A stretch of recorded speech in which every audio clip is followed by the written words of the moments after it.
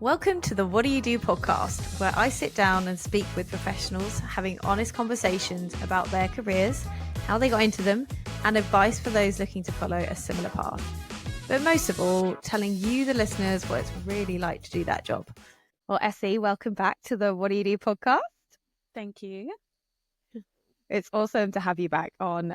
This will be our third podcast technically now, so we are getting well into it, aren't we? We're getting in the rhythm of podcasting, loving it. Maybe we should definitely host one. Maybe Just we should. think about it. Like a monthly episode. I don't know who'd listen to it. My mum would. Come on, live it for the mums. We've got to do it for the mums. So we're going to flip the script in this episode. Sarah Emily is going to interview me instead of me interviewing the guests. So I'm the guest for today.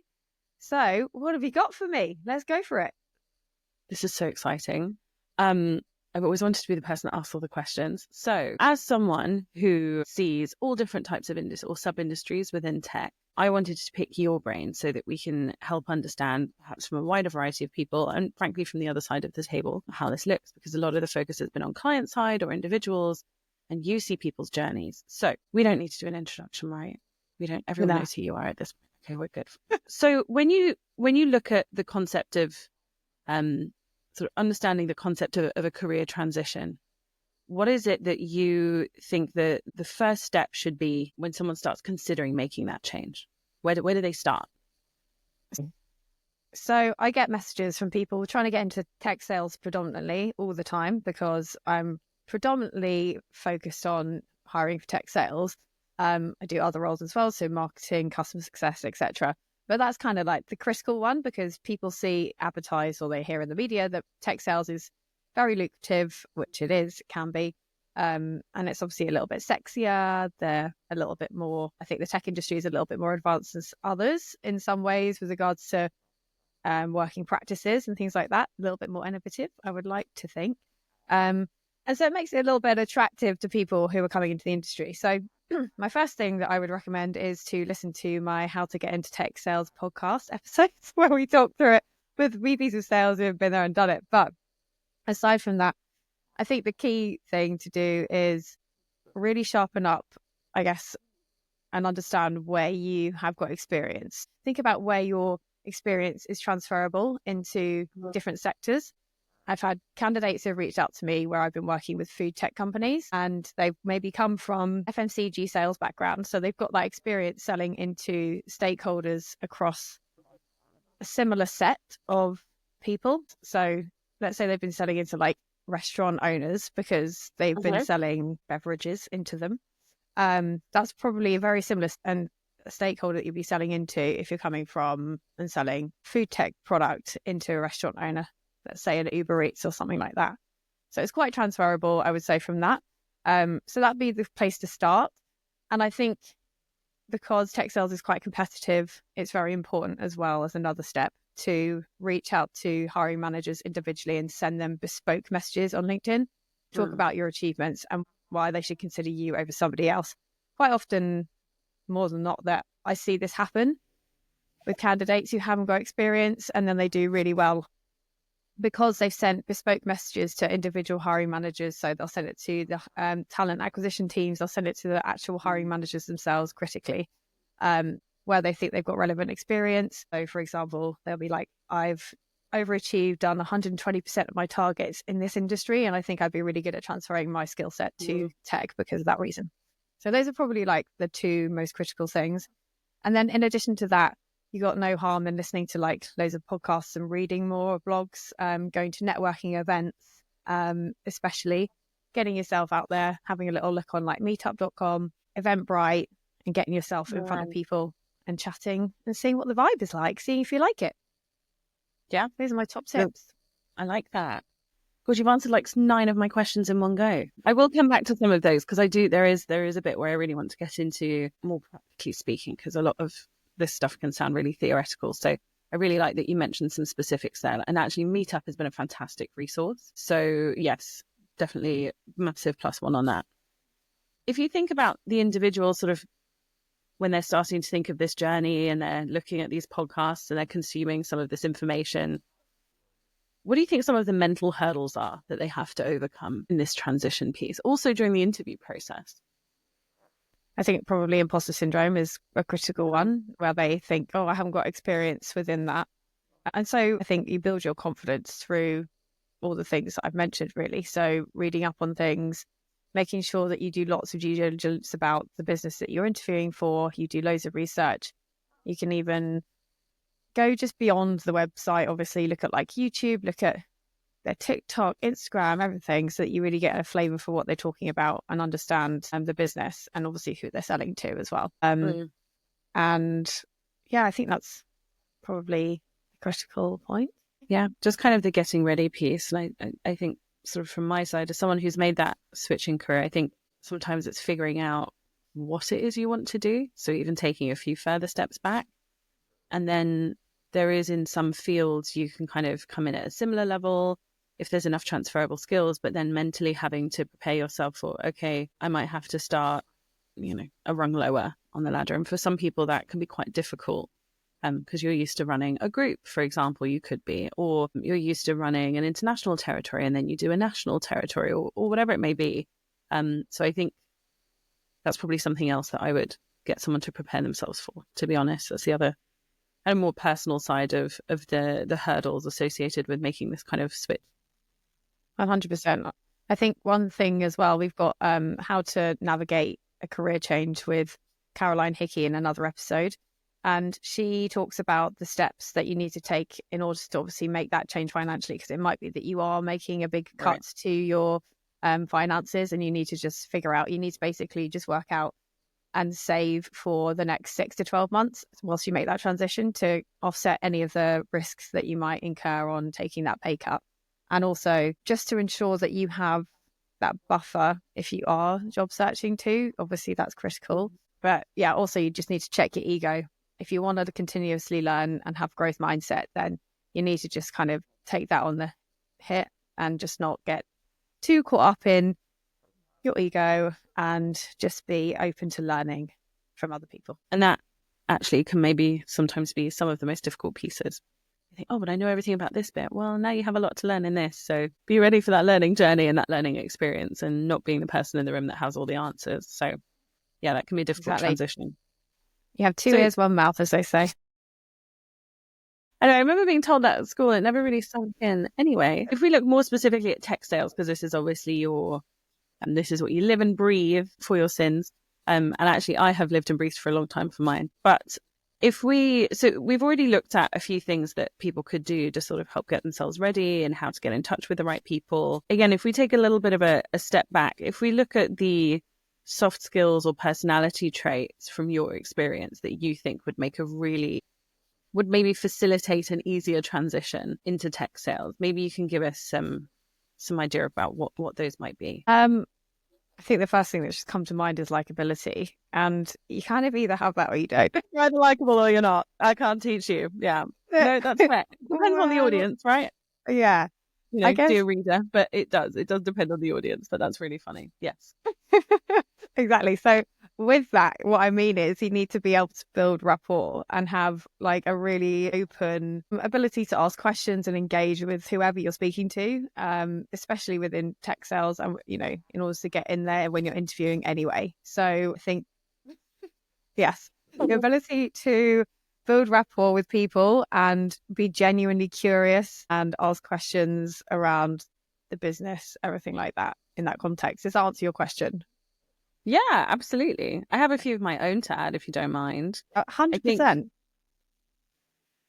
If you move into tech sales, you need to be okay with ambiguity in the company itself. So your role and remit will be very specific, but comfort with ambiguity, a little bit like likability, cannot be taught. You're either okay with some things around you being on fire because you're in the startup world and that's just how it goes, or you're not.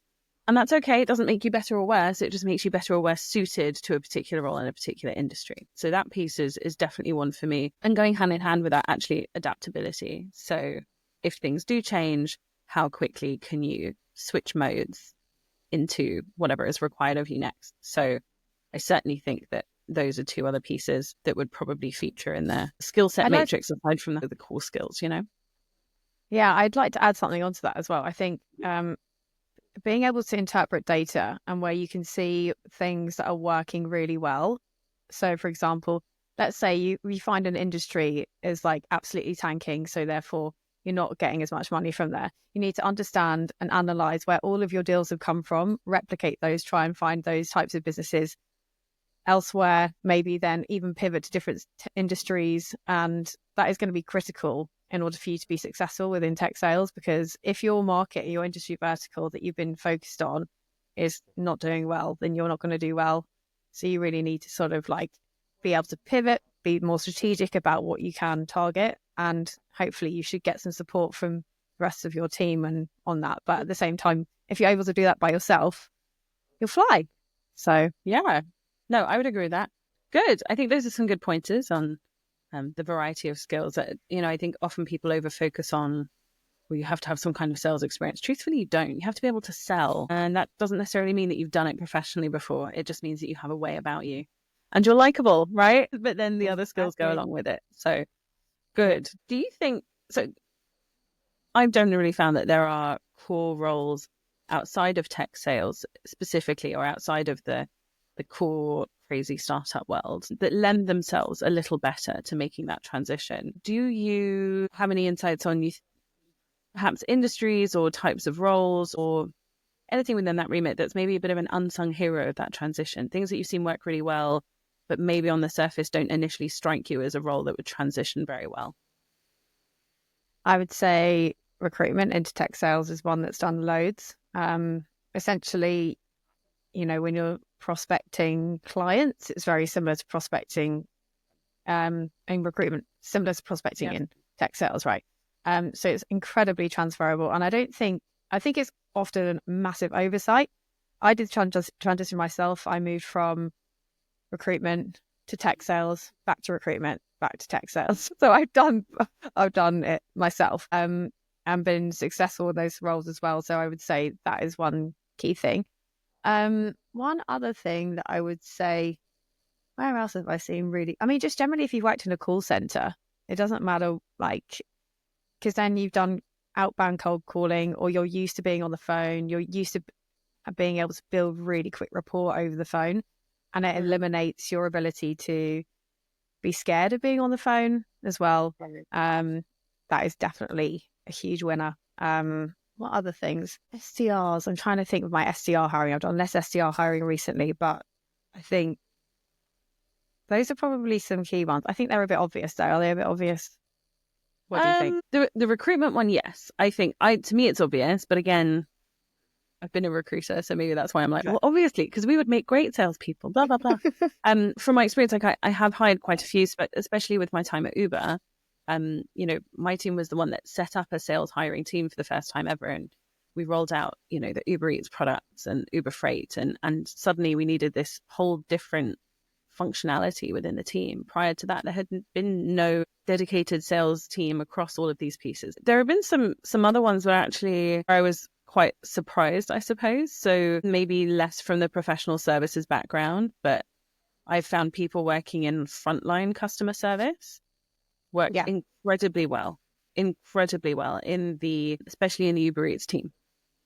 So, because they hired and they expanded so rapidly that actually it worked really well for that. And that won't work for everything, of course, I understand that. But for that team in particular, I was really quite surprised. So I think that was probably a good example. And actually, you gave a really good one earlier where you transition out of sort of FMCG into tech sales. And it can work really well if the tech piece is aligned from there. So yeah, I suppose there are some other sort of walkways from there, but coming from a non-traditional sales background, so this frontline customer service just worked really well because you have to, in the moment, objection handle and potentially upsell or whatever it may be. And so someone that can really think on their feet, I think has just, it's shown just tremendous promise actually in my experience. But I don't think I'd add anything else. I think I've just thought of a few more actually. So hospitality, because you have really good experience with like dealing with people and often difficult customers where they're complaining and things like that. So I say hospitality, field sales, just anything like door-to-door sales, anything like that is hard graft. So you've got resilience, right? Hopefully, if you've lasted longer than 3 months in field sales, then onto a winner. So like telecom sales, telco sales, phone sales sometimes, charity sales, some retail as well. So even when I worked at House of Fraser back in the day before it shut down. Is it still going? No, I don't think it is. And I remember I used to get so motivated because I was on commission for luxury handbag sales. And that was so exciting for me because I was so competitive. And I'd also add as well, just anyone with a sporting background, because if people have come from a sporting background, then they're typically very competitive. And that always land yourself well in any sales role. So those are probably some more of the things I would add. I actually have one more as well, but it's funny. So when you said about sports, so there was a guy that I worked for a really long time, actually, quite a few years ago now. He always gave huge preference to people who had this sporting background. So any kind of competitive team sport, he was, they immediately went to the top of the pile. So, and that really reflected well. And the other group that he really enjoyed was more, I think, for the US, but it would absolutely translate, I think, anywhere else, is former military. So former service personnel. I have certainly seen that work very, very well because they have this kind of team ethos, they have a competitive spirit, they have this sort of strive for improvement and getting the job done. And probably many, many other cliches to go along with it, but they do. And I've seen it work incredibly well. So, and it's certainly not the only thing they can do, but it's worked very, very well historically. And so in the US, that has been great for sort of veterans programs and pieces like that to bring them in, you train them up, and then you let them roll with it. So that's the only other group, I suppose. And that's a big career transition because you're going from something very, very different into more of a commercial role and sort of a professional services role. So that's the only other group I would add. I would also include police, but that's kind of the same under that because they've dealt with lots of different scenarios, different people. And so they know how they're a lot more accustomed and probably have far more resilience alongside the military personnel to deal with people in general. So just to deal with people and be likable sometimes. Good. And then from the other side of the coin, so you do all this stuff, you do the research, you make sure that you figure out what it is that you want to get into, what kind of business you want to get into, you send the resume off, you've prepared yourself, you've made sure that you meet the requirements and have the core skills and the resilience for the learning process. You've checked your ego at the door. Now you enter into the hiring process. Have you, in the time that you've been doing this is a leading question because I know yes is the answer, but I'd love to hear how this has happened. Have you witnessed in your time a change in the way that tech companies are interviewing for these roles? Do you know what? It's been... Here we go.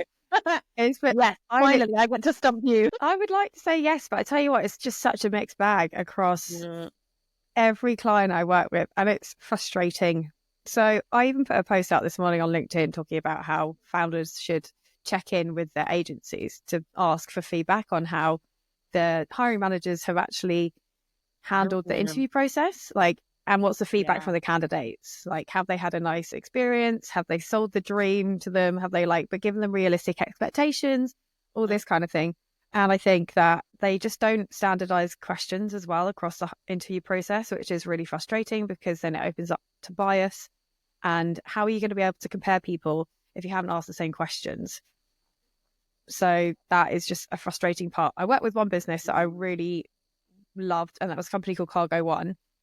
And they had a standardized question, and they were so well driven in terms of process to ensure and eliminate bias throughout the interview process, that it was just much easier to be able to compare and have better answers to all the questions for the interviews. So that's probably from more client side. But did you want me to answer from a candidate's perspective too? Yeah, I'd like to understand from both if you have it. So from a candidate's perspective, I think things have actually got more drawn out, for them. And candidate processes have been, over the last sort of 18 months, a lot more drawn out. They take a lot longer to close than a normal situation, than previously in previous years. I think it's because people are worried about making the wrong hire and the cost of that hire, and the mishire of that cost, mishiring costs associated with that. So I think candidates are just having generally a horrendous candidate experience. They're not getting any feedback still. They're not getting responses for weeks on end. And you see it all over LinkedIn, but I can also validate that, having worked with clients that just don't give specific candidate feedback, which I still can't believe is still happening in this day and age, to be frank. You know, it's just like clients are like, I don't have enough time. Like they're a yes or they're a no. And I'm like, no, give me more feedback than that. That is not fair. These people have spent time researching your business, researching who you are, prepared for that interview, and then you're not giving them the time of day. It's just going to reflect badly on that company at the end of the day. So, and they'll just churn through loads of candidates too. I agree. And in this market, they can get away with that.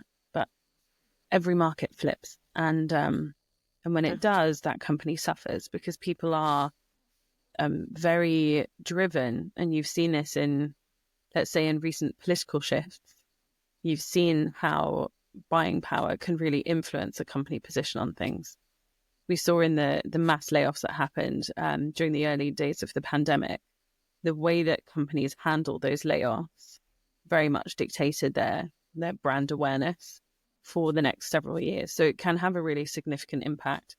But I'd agree. I say, if anything, hiring processes have gotten worse, even though there is more data and better processes, more technology to augment your process. And it's, to me, down to a few factors, right? So you have the quality of your in-house recruiter, the quality of partner that you choose within the market, so your external recruiter. You have the education of your hiring manager. That's another really big piece. So if you as a hiring manager don't know how to build a good process and identify the right people, guess what? Your process is going to be shot. I spoke to somebody last week who, she asked about the process. So she was passed through from the recruiter interview into the process, and she asked about it. And when we totted up all the things without prep time, it was 13 hours of interviews for a mid-level tech sales position. And I just don't know in what world that's necessary, to be honest. That's or mad. where those steps stop adding value and it's just for the ego of including different people in the business, or where we have analysis paralysis because we're terrified of making the wrong hire, or where we just try and replicate the same profile over and over and over again, which obviously doesn't work because we've both seen it not work.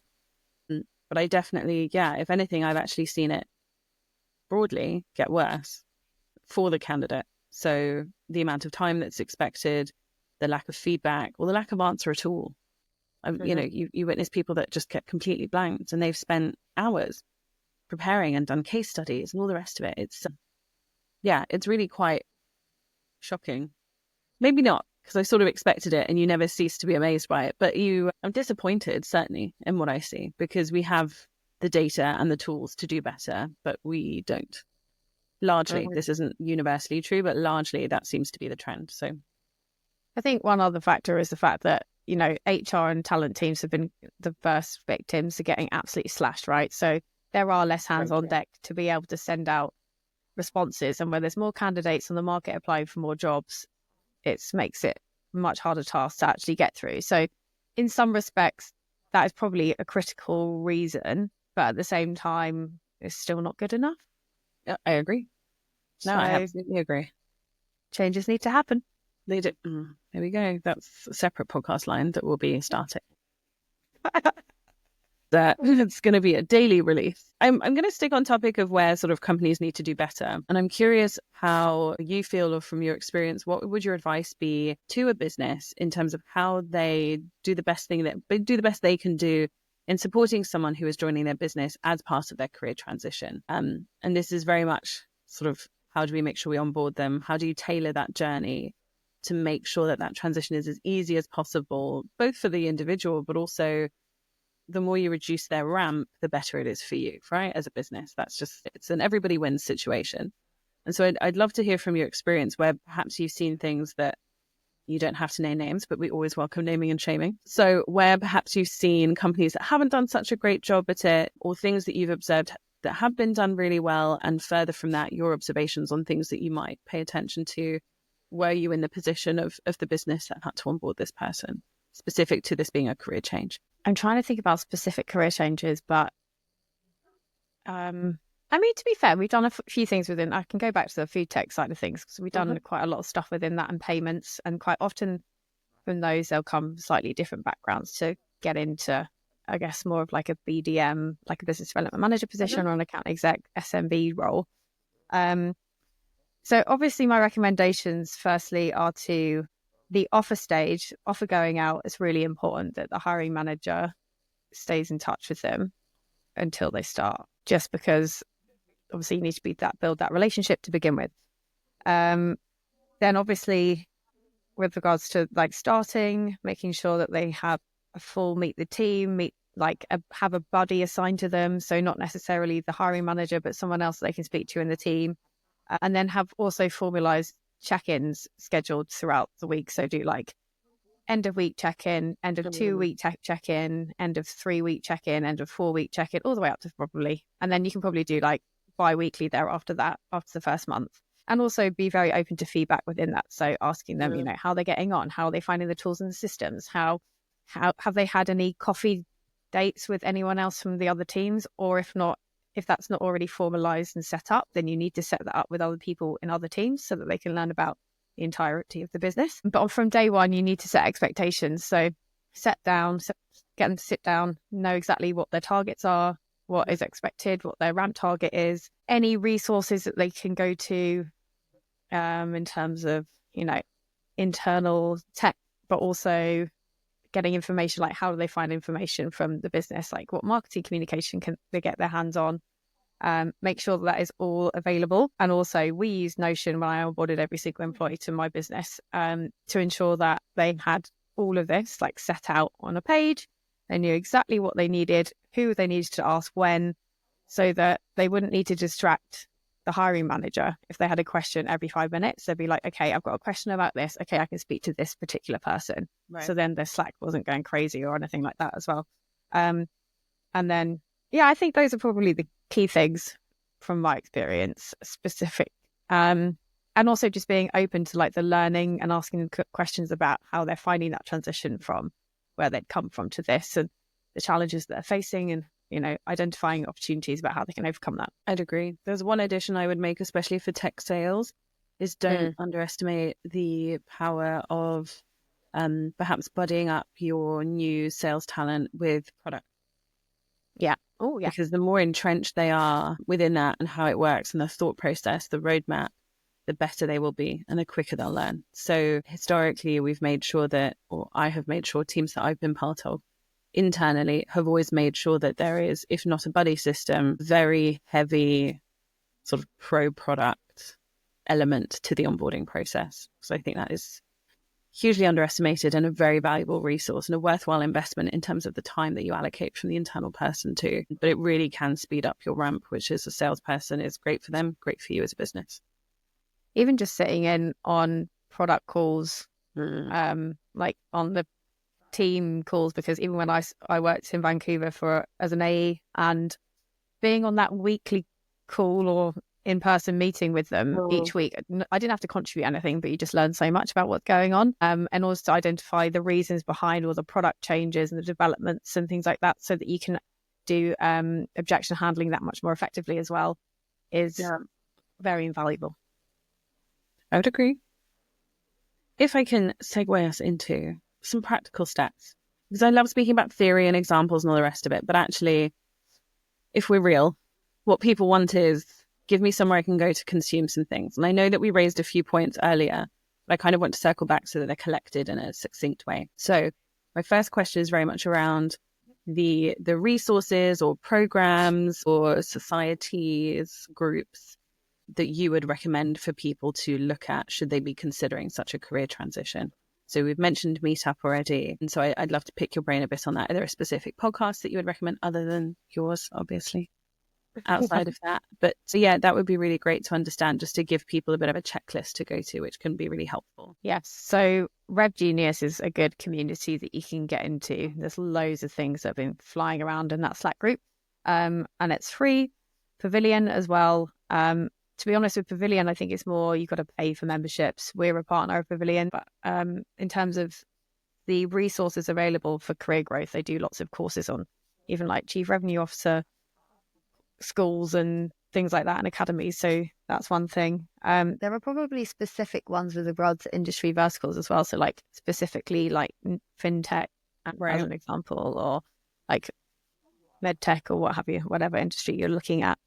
There's a women in fintech group as well. If we've got any females in the group here, that's a WhatsApp group, and they host events and things like that as well, which is really good to go to.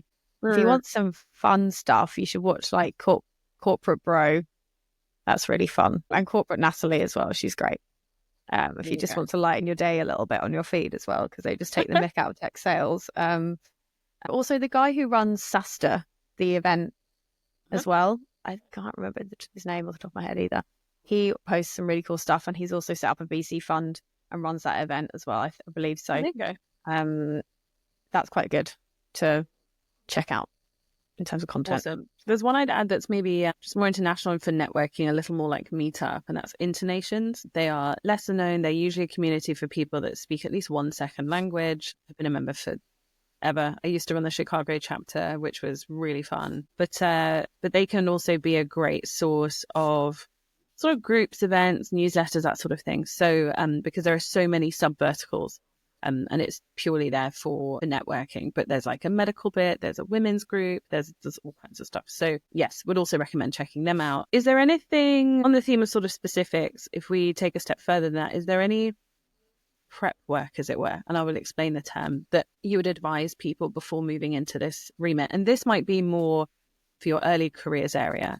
So is there any kind of side project, internship or freelance work, something like that you would recommend, in addition to the reading and the other sort of stuff that people are going to be doing and networking, that would help prepare them or help them stand out in the process of the interviewing and applying for a tech role or within tech sales? Yeah, so my first thing is just to try and schedule some calls, coffees, whatever, even just like 15-minute chats with people on LinkedIn. You've seen that you like what they do, and just ask them for a quick chat about about the career and what it's really like to do. That's probably going to be invaluable. If you've got anyone who's a friend of a friend that they could introduce you and just be like, oh, I know someone who's in tech sales, like I'll give you their number, and then have a little bit of a chat about it. Literally, it could be a phone call. Just prepare questions about what you're genuinely interested in, like what the day-to-day is, what are the best things about the job, the worst things about the job, the highs, the lows, all that good stuff, just to give you a real indication of what it's really like. And then ask them for any tips and advice, and maybe ask them if their company are hiring as well. Another thing that there are some schemes out there, especially for like SDRs, where they train you, and they train you to go through like initial sales training, and then they place you as an SDR, which I can't remember off the top of me what that's called. There's a few academies, as it were, that do pieces like that. Okay, nice. Yeah. Yeah, so have a look out for those, definitely. And another thing that you could maybe sign up for is like digital apprenticeships, or just have a look for general apprenticeships, because apprentice schemes are really being targeted at the moment by the UK government, as an example. And you can get them in more specifically, probably marketing and tech focus, but you might be able to find some which are salesy focused. But even just ask someone for work experience and just be able to shadow them for a day, week. It's harder when it's remote, when people are remote. But to be honest, the one way to caveat that is just get them for a coffee or a chat. What would you suggest? Yeah, probably very similar. Again, like apprenticeships, internships, or any kind of work experience is being pushed really heavily, more so than I remember back when I was, 100 million years ago, when I was in school and looking to, move into the world of work. But back in those days, but I definitely feel like there's more of a focus on the practical application and sort of practical absorption of things, which frankly I wish there was more of back then, because that's how I learn. And the networking element just cannot be underestimated. This applies to all facets of life, but you'll know this when you're building your own business. Network, talk to people, get that introduction, write someone a slightly cheeky message if you have to get them on the phone. Like these things, they do work ultimately, and they certainly, as long as you do it correctly, they won't cause any harm to that. So very similar, certainly nothing new to illuminate on that one. I would agree with all of those points. One thing that I'd also like to add is that if you've listened to someone on a podcast and you've really enjoyed the content that they've displayed, they will probably be very willing to talk to you, because they're already taking their time out to share their knowledge on a podcast. So as an example, recently, I'm just about to start a master's in organizational psychology. I did some Googling. Thank you. Did some Googling for it to check it out, see if it was any good. And I found a podcast online, and someone who's doing a PhD in organizational psychology and had was getting interviewed on this podcast, I then messaged her and added her on LinkedIn, said to her, love to chat with you if that's okay. And she essentially has invited me to an organizational psychology group now as part of that. And she gave me loads of advice and tips. So I've literally preached my own advice, and it's been invaluable because now I'm part of a community locally, which is I'm going to be able to learn from those people. So I would highly recommend just doing that. Someone that you've listened to a podcast, they'll probably be like, oh, great, you loved it. It's kind of like a little bit of an ego stroke for them as well. So that's what I would recommend. That's really good advice. And if, I can't see, to your point, if they take the time out to put out some of their experience or knowledge or share some tips, I can't see them being shy about, getting back in touch and speaking to you in more depth about how some of that advice may affect you specifically. So do it. Yeah. Okay. So now I'm going to ask you some very specific questions about yourself, but still on the theme of career transitions. Bear with me. Okay. If you look at your own career and how that's, we've talked about the flip-flopping from one to the next, which anyone that listened to the previous podcast, we did know that I have done very much the same. So I fully support it. Figure out what you like, and then eventually you can stick to it. But what is a piece of advice you would give to your younger self around entrepreneurship, career change, that sort of thing? I think the critical thing is just that embrace that every opportunity is something to learn from, and not put too much pressure on yourself.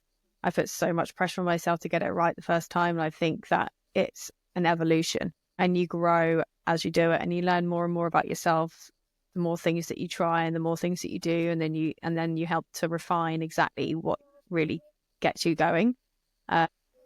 So that is probably the critical advice. I honestly had so much anxiety around like making sure that I was making the right choices, but sometimes it's just like you just got to be a little bit more fluid than that and just learn from every opportunity that is thrown at you. Otherwise you're not going to have fun with it. You got to have fun with it. Enjoy yourself. It's very true. Given that you spend more time at work than you do with your family.